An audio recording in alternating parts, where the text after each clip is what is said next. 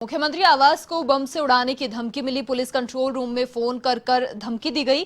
Police ने जमवा रामगढ़ के पापड़ गांव से आरोपी को गिरफ्तार किया। पुलिस ने आरोपी से पूछताछ भी की और पूछताछ में आरोपी ने यह कबूला कि मुख्यमंत्री को उड़ाने की उसकी मंशा थी। डीसीपी राहुल जैन पूछताछ आरोपी से कर रहे हैं। पूर्व में उसने कही थी कि मुख्यमंत्री आवास को उड़ा दूंगा और अब मुख्यमंत्री पर जानलेवा हमला करने की बात उसने कबूली। आरोपी लोकेश से फिलहाल पूछताछ हो रही है। सिरफिरा बताया जा रहा है यह आरोपी। पुलिस में हड़कंप मच गया और लगातार पूछताछ का दौर भी जारी है।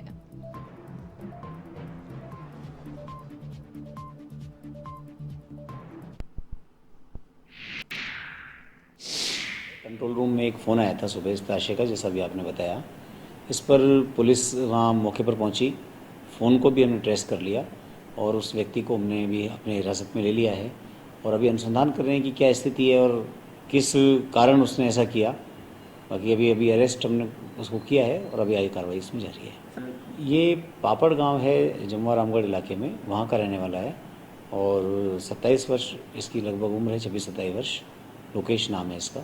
और अभी इस विषय में हम आगे और तफ्तीश कर रहे हैं, इसलिए अभी बहुत जल्दी कुछ कहना मुश्किल है, लेकिन अभी हमने एक बार इसको दस्तयाब किया है। एक कंट्रोल रूम में, अपने जयपुर कंट्रोल रूम में फ़ोन आया था कि मैं सीएम को उड़ा रहा हूँ, कोई बचा सके तो बचा लो। त्वरित कार्रवाई करते हुए पुलिस ने उसके नंबर से उसको ट्रेस करते हुए और उसको हिरासत में ले लिया है और उसके खिलाफ जो कानून सम्मत कार्रवाई की जा रही है। अधिक अपडेट के लिए संवाददाता यादविंद्र फिलहाल फोन लाइन पर हमारे साथ जुड़ चुके हैं। यादविंद्र, देखिए, बहुत पहले जब ये मामला आया हमने खबर दिखाई और साथ ही आरोपी से पूछताछ भी की गई। मानसिक रूप से विक्षिप्त वो बताया जा रहा था। फिलहाल क्या नई अपडेट निकलकर इस पूरे मामले में सामने आ रही है?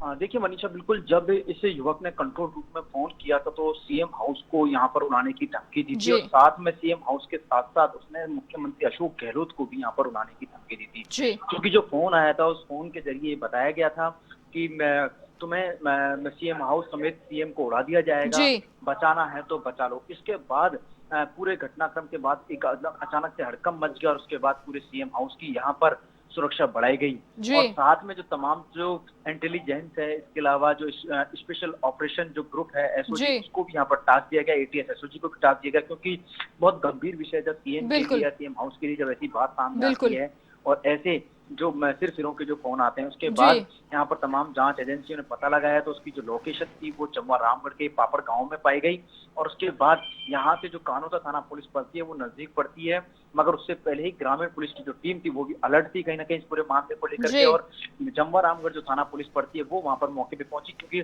जो युवक की जो लोकेशन थी वो जमवा रामगढ़ में आई थी, पापड़ गांव में आई थी। उसके बाद जमवा रामगढ़ थाना पुलिस पहुंची और साथ में कानोता थाना पुलिस पहुंची और उसके बाद विधायकपुरी थाना पुलिस है वो भी वहां पहुंच गई थी। तो तीनों पुलिस की जो टीम थी उन्होंने जो आरोपी था उसको वहां से दबोच लिया, मगर जब उसको यहाँ पर थाने लाया गया, विधायकपुरी थाने लाया गया, क्योंकि जो कंट्रोल रूम जो पड़ता है बेसिकली वो विधायकपुरी थाना इलाके में स्थित है, तो ऐसे में जो मामला जो बनता है वो कहीं ना कहीं विधायकपुरी थाना इलाके में बनता है। हालांकि सीएम जो हाउस है वो सोलला इलाके में बनता है, मगर कंट्रोल रूम में सबसे पहले इतला आई थी तो ऐसे में विधायकपुरी थाना पुलिस इसको लेकर के आई। जब उससे पूछताछ हुई तो थाने में आने के बाद ये बार बार थाने में आकर के भी चिल्लाता रहा कि मैं सीएम को उड़ा दूंगा, सीएम को मैं बॉम्ब से उड़ा दूंगा। तो ऐसे में कहीं ना कहीं जो अंदाजा लगाया गया कि युवक है जो कहीं ना कहीं मानसिक रूप से विक्षिप्त है, मगर जब इसके परिजनों से बातचीत हुई तो और सामने आया कि ये जो युवक है इसका इलाज चल रहा है, जो मनोचिकित्सक है उससे इसका इलाज किया जा रहा है। काफी लंबे समय से जो इलाज था वो चल रहा था, मगर चूंकि गंभीर मामला था और कहीं ना कहीं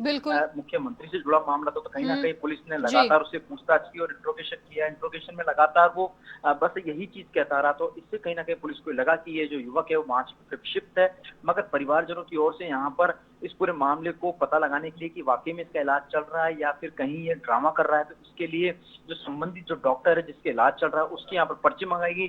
तो पर्ची के बाद यहाँ पर कहीं ना कहीं उसके बाद ये सामने आया कि जो युवक है जिसका नाम लोकेश मीणा है ये मानसिक रूप से विक्षिप्त है और इसका निजी मनोचिकित्सक है जिससे यहाँ पर इसका इलाज चल रहा है और लगातार ये उसको दिखाता रहा है। साथ में मनोचिकित्सक है उसके भी यहाँ पर बयान लिए गए हैं, उनसे भी पुलिस बयान लेगी और उसके बाद पूछताछ करेगी कि वाकई में क्या यहाँ पर इसका इलाज चल रहा था या फिर ये जो पर्ची है कहीं ना कहीं फर्जी पकड़ाई गई है, इन सब जी। चीजों को लेकर के पूछताछ करेगी। लेकिन मुख्य बात ये निकल करके सामने आएगी, चूंकि पूरी इंटेलिजेंस कहीं ना कहीं इसमें और इसके अलावा जो special operation group ATS SOG है वो कहीं ना कहीं पूरी अलर्ट थी। तो उसके बाद तमाम जो जांच एजेंसियां हैं वो इससे पूछताछ करेगी, पूछताछ के बाद सारी चीज जी। क्लियर होकर आएगी। मगर प्रारंभिक तौर पे देखा जाए तो जो मामला बनता है वो कहीं ना कहीं 151 जो शांति भंग का जो मामला बनता है, बिल्कुल, बिल्कुल। साथ में 100 मामला बनता है। तो जी। इन सब धाराओं के तहत यहाँ पर पुलिस है जो लगातार उसकी चार्जशीट पेश करेगी और उसके बाद इस गाधे के तहत यहाँ चार्जशीट पेश करेगी, उसके बाद कोर्ट में ट्रायल होगा और उसके बाद पता चलेगा कि वाकई में ये मानसिक रूप से विक्षिप्त था या नहीं था। इन सब चीजों को लेकर के जी। मनीषा। यादविंद्र, बहुत शुक्रिया तमाम जानकारी के लिए। तो देखिए, अभी तक जो सामने निकल कर आ रहा है वो ये है कि ये युवक मानसिक रूप से विक्षिप्त है और इस वजह से ये सिरफिरी हरकत इसके द्वारा की गई।